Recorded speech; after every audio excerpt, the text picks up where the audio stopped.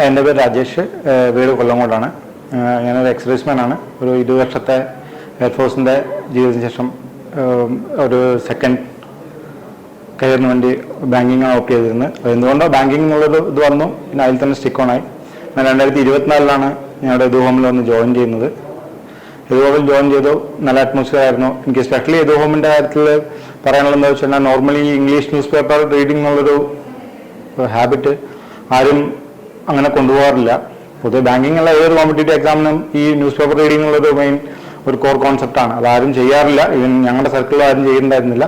ഇവിടെ വന്നതിന് ശേഷമാണ്, ഇൻക്ലൂഡിങ് മീ, ഞാനടക്കം ആ ന്യൂസ് പേപ്പറിൽ എഡിറ്റോറിയൽ നോട്ട് ചെയ്യുക, വേർഡ്സ് ഇങ്ങനെ അറിയാത്ത വൊക്കാബ്സ് സ്ട്രോങ് ആക്കുക എന്നുള്ളൊരു കോൺസെപ്റ്റിൽ പോയത്. അതുപോലെ തന്നെ വളരെ ബേസിക് ആയിട്ടുള്ളൊരു കാര്യമായിരുന്നു ഈ അഡീഷൻ സബ്ട്രാക്ഷൻ.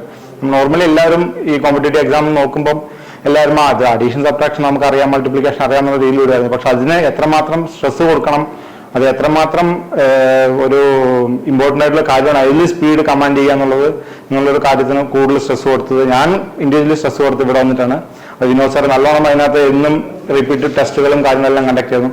അങ്ങനെ അതൊരു ഹോബിയായി മാറി. വെറുതെ ഇരിക്കുമ്പോഴാണെങ്കിലും റോഡിലൂടെ പോകുമ്പോൾ വണ്ടിയുടെ നമ്പർ പ്ലേറ്റ് കാണുമ്പോൾ 38, 42 അങ്ങനെ ആഡ് ചെയ്യുക, അങ്ങനെ ഒരു ഹാബിറ്റിനെ ഞാൻ ഇവിടെ വന്നതിന് ശേഷമാണ് അത് കൾട്ടിവേറ്റ് ചെയ്തത്.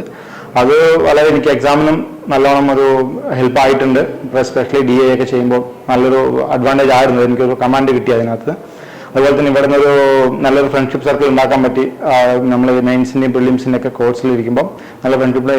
ഇവിടുത്തെ കോഴ്സ് കഴിഞ്ഞതിന് ശേഷം ഞങ്ങൾ ഇവിടുന്ന് ഒരു രൂപീകരിച്ച ഒരു ടീമൊപ്പം തന്നെ ഞങ്ങൾ ടീമൊപ്പം ആയിട്ട് ഞങ്ങൾ വെളിയിലൊരു റൂമെടുത്ത് താമസിക്കായിരുന്നു. അത് എന്തുകൊണ്ടും അതിനുള്ളൊരു ബേസ് തന്ന എതു ഹോമാണ്.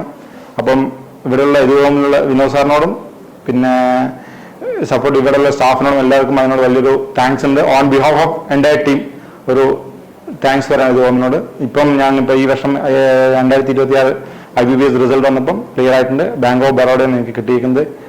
Thanks to Edu home and thanks to everyone who supported for the last 2 years for my GIST journey. Thank you.